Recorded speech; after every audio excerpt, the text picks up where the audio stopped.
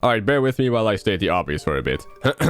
Super Smash Bros. Ultimate has a lot of content. 89 playable characters, 116 stages, 1,068 music tracks, 1,513 spirits, which are just PNGs, but most of them can give you special abilities, and of course, a lot of modes that utilize said characters, stages, music tracks, and spirits. To put it simply, there is an infinite amount of things to do in Smash Ultimate, and even though I'd say this game is very well polished overall, the developers are of course gonna make a couple of oopsies. For instance, if you land Duck Hunt Duo's Final Smash while the game speed is set to slow motion, then a lot of the pixelated sprites shown in the animation will glitch out for a bit. So first the dog jumping away, then the firing gunman, then the spinning cardboard cutouts, and most notably the ducks flying by. Those flicker very prominently. This isn't the only thing that weirdly affects Duck Hunt in slow motion. For example, all of their smash attacks will land each hit twice. Check it out.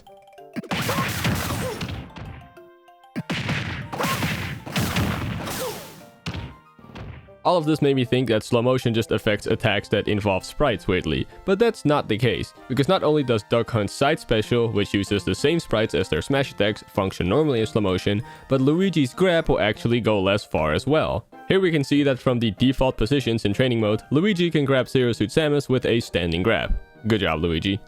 But if we try the same thing with the game set to 1/4 normal speed, nope, doesn't reach. I have no idea why this happens, it just does. And what's more interesting is that different speeds change the range by different amounts too. For example, we can't grab Wolf, who has a wider hurt box in Zero Suit Samus, in 1/4 speed, but we can in half speed.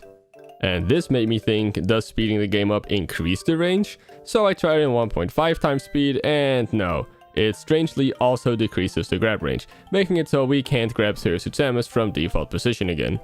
And by the way, Luigi's Zair is also affected by game speed in the same way, so it's definitely tied to his plunger for some reason, not necessarily the grab utilizing it. Anyways, here's a quick chart comparing the distances in all game speeds. So yeah, there's quite a few little errors like that in Smash Ultimate, and in this video I'll be going over a couple that I know of, ranging from mechanical issues like the slow motion attacks thing, to stuff like, hey, that shouldn't be possible. But first, I want to talk a bit about this video's sponsor, Honkai Star Rail, a recently released fantasy RPG by the creators of Genshin Impact, which I'm sure you've heard of before. And fair warning, I'm gonna be mispronouncing some Chinese names in this sponsor segment, so sorry for that. Now, like I said, this game has been out for a while, but update version 1.3 is very new. In fact, it released August 30th, which is yesterday, if you're watching this video right when it's uploaded.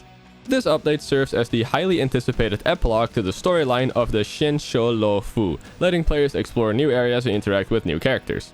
And speaking of characters, throughout this update, 2 brand new playable ones will join the huge ever-growing roster of this game, namely Imbibidor Lunai, a noble dude with the ability to control and manipulate the power of water and life, and Fu Shang, a proud young woman with dreams of becoming the general of the Luo Fu. She can protect her teammates in battle and even tank some hits for them.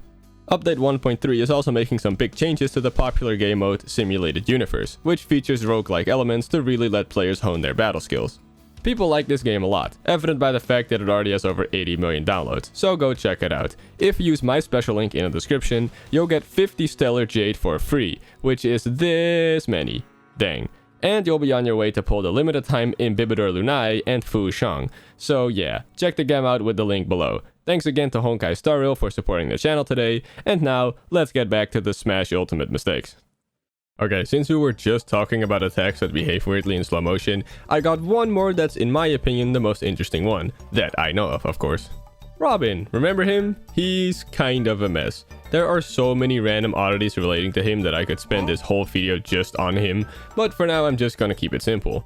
Thoron is a super weird move. It hits multiple times, but the amount of hits is super inconsistent. Most of the time the move hits 7 times, which in training mode makes it do 21.8 damage. But then out of nowhere, Pikachu gets hit only 5 times. That's a little weird. Does it change depending on the opponent's size? Well, no, because Olimar, another small character, also gets hit 7 times, as intended. And Ridley, a huge character, gets hit 7 times as well. And then randomly, Shulk gets hit 6 times, but we can change it to 7 times by moving a bit, and even then it's inconsistent. From back here we hit him 7 times, then a bit closer it's 6 times, then it's 6 again, and then way closer it's 7 again. And no, it doesn't depend on Shulk doing an idle animation or not, and Shulk is also the only character where this happens that I know of, though it wouldn't surprise me if there are a couple others. But none of it compares to hitting Thoron from as far away as possible while the game is set to slow motion. I honestly have no words for this, just look at it.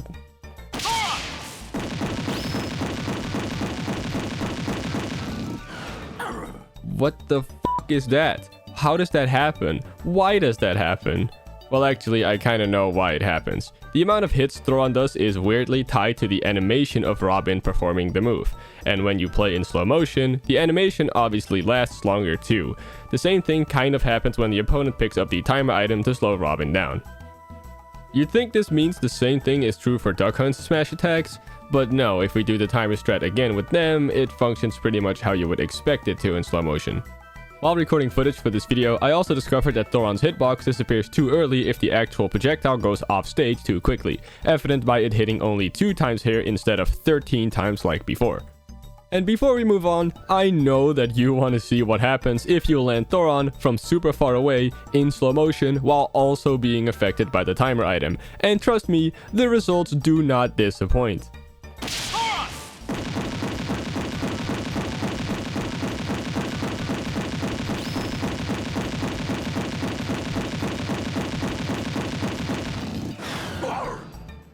Well, that one took a while, so let's do a couple of quick ones. First off, you know those swoosh effects that appear whenever you attack? Usually they're pretty close to where they would hit, but check this one out. Didn't see anything weird? Let me slow it down for you. Still didn't see it? Well, it's hard to notice, but for one frame of Joker's forward air, the swoosh effect is extremely long and thin, way longer than it should be. I pretty much had to show this on a dark stage like 75 meter, because on a stage with a lighter background, it's almost impossible to see. It's honestly hard to classify this as a mistake per se, but I mean, I think it is. Maybe they wanted to make it this long for stylistic reasons, which I get, but if that's the case, they didn't need to make it so thin that even if you zoom in on a dark stage, you can barely see it. Alright, now check this mistake out. Watch out!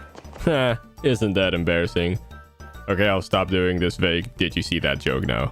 Back in Smash 4, when Dark Pit spins his bow during his side taunt, the 2 ends of the bow point towards opposite directions, and they changed this in Ultimate to have the 2 ends point in the same direction. Weird change, but whatever, I guess. This is all well and good, but when they made this change, they forgot to adjust the spinning effect that goes over the bow accordingly, meaning the 2 ends of the spin effect still go in opposite directions, while the bow itself does not, and it looks pretty funky.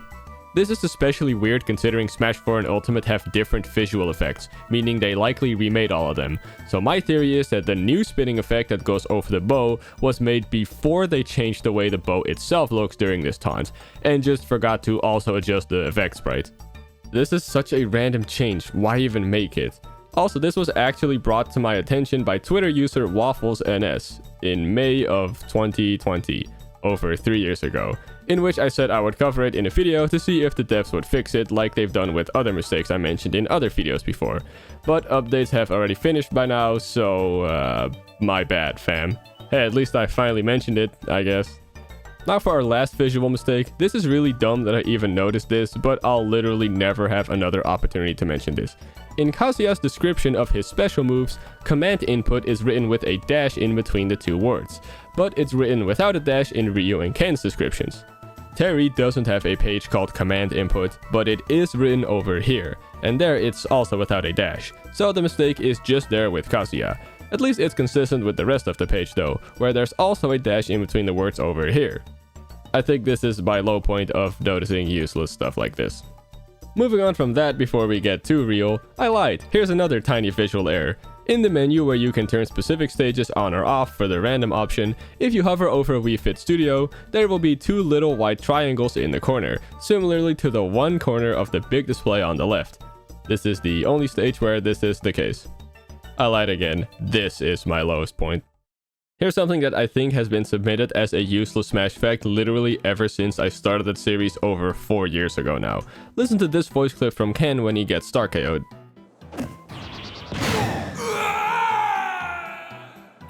That voice clip is for some reason not listed in his voices menu at all, and believe it or not, he's the only character where this is the case. For everyone else, you can listen to their star KO voice clip in this menu, if they have one that is. At least Ken has this voice clip. That one's great. Here's another weird audio thing. If you down tilt as Wii Fit Trainer and continue crouching afterwards, a sound effect plays that seems to be extremely delayed. Take a listen. Normally when you do this with a character, the sound effect that plays when they first crouch down plays again if you stay crouched after finishing their down tilt. Just listen to the sound of Jigglypuff crouching down, and the sound effect that plays when they return back to their crouching state after doing a down tilt. It's the same sound. This makes sense, of course, and it goes for pretty much every character, but for some reason with Wii Fit Trainer specifically, the sound effect is just horribly mistimed. I feel like this wouldn't be too hard to fix. I can give an example of what this should be like through video editing here. Speaking of mistimed sound effects and the down input, every character that can crawl makes sounds as they do, which, you know, makes sense. Even Rosalina makes a sound as she crawls, which is weird because she floats, but whatever, I guess.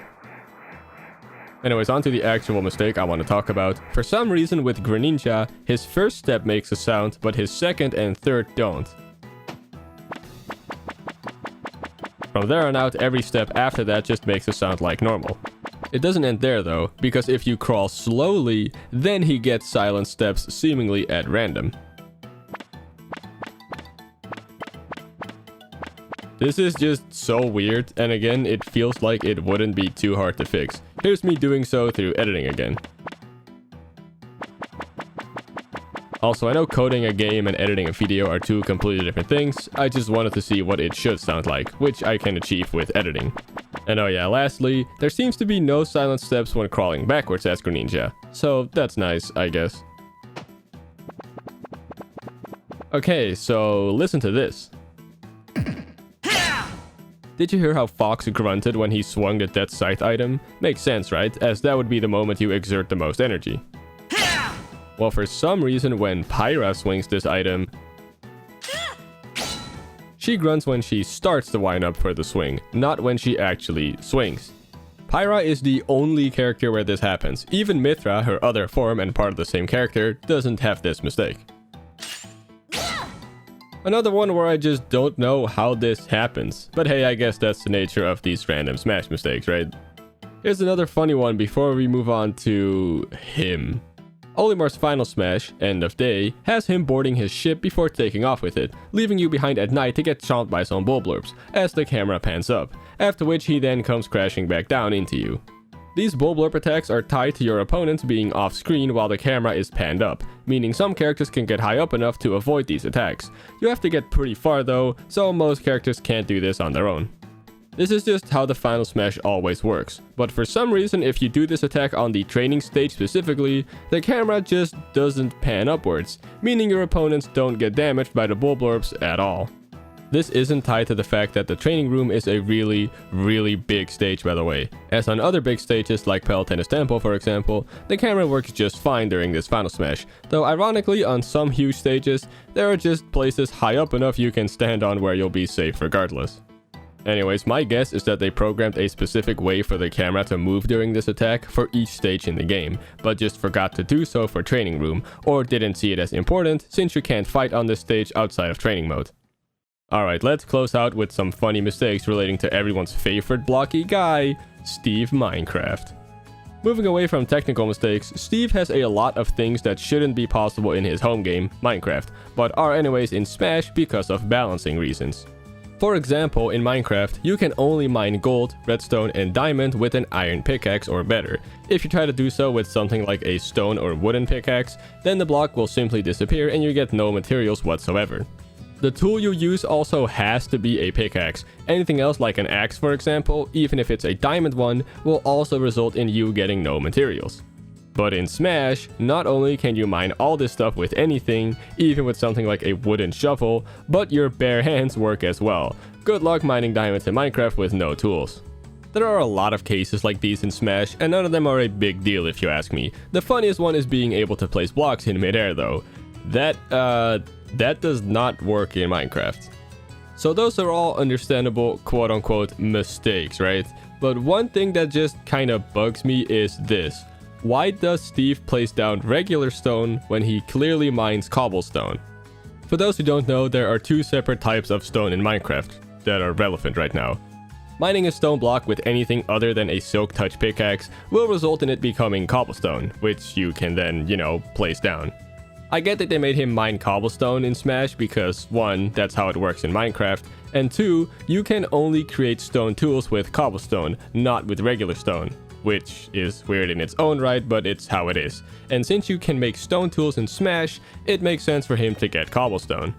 But then he places it down and it's regular stone. Would it really have been that hard to just give it cobblestone's texture? It would have made a lot more sense. I know he also mines tree logs and then places them down as wooden planks, but that I can understand a lot more because you can easily turn logs into planks within your own inventory. So Steve in Smash probably just does that. The only way to turn cobblestone into regular stone is to make a furnace, put coal in it, put cobblestone in it, and then it turns into regular stone, which Steve definitely doesn't do in Smash. It's also pretty funny how one iron ingot in Smash turns into an entire block of iron when he places it down, which normally costs 9 iron ingots in Minecraft.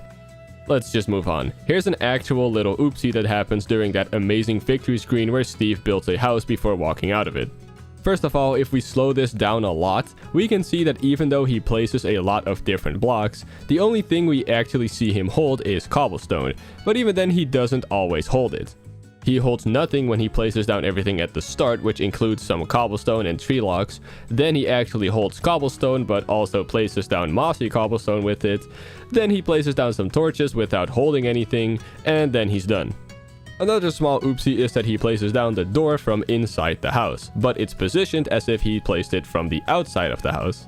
Normally when you place a door in Minecraft, it'll be oriented closer to you in the square where you placed it, meaning that if this was accurate in Smash, the door would look more like this. I can see why they didn't stay true to this though, so that when he walks out, you can clearly see him close the door. Might have been a bit harder to see if the door was more inside the house. Also, I'm embarrassed to admit that I noticed this error literally the first time I saw it during Steve's initial reveal. Even when I'm not playing Smash, I'm on the lookout for useless trivia like this. Anyways, that's gonna do it for today. I'm sorry if this video has some weird pacing. I'm currently swamped by making 2 really big Zelda videos and a gigantic Smash Bros video I'm planning to release later this year. Hopefully. Also, I don't do this often, but I am insanely close to hitting 300,000 subscribers, so if you like my content, consider hitting that sub button. I'd really appreciate it. Big thanks to The Goats, CPJ, Quote is Cool, Lurafax1, Sheen for the Win, ExoBear, Noso, Giant Firing Coal, Lime the Chef, The Game DD, Sylveon700, The Flying Fire, Milk and Frogs, Right the Yoshi, Gurk, and the rest of my awesome Patreon supporters. Next video will be a Tears of the Kingdom one, and everyone whose name I just read out loud will get to decide what Link wears in it, and other Zelda videos going forwards. Thanks for watching, and also thanks again to Honkai Star Rail for sponsoring this video. I hope to see you guys later, and please have a great day. Goodbye.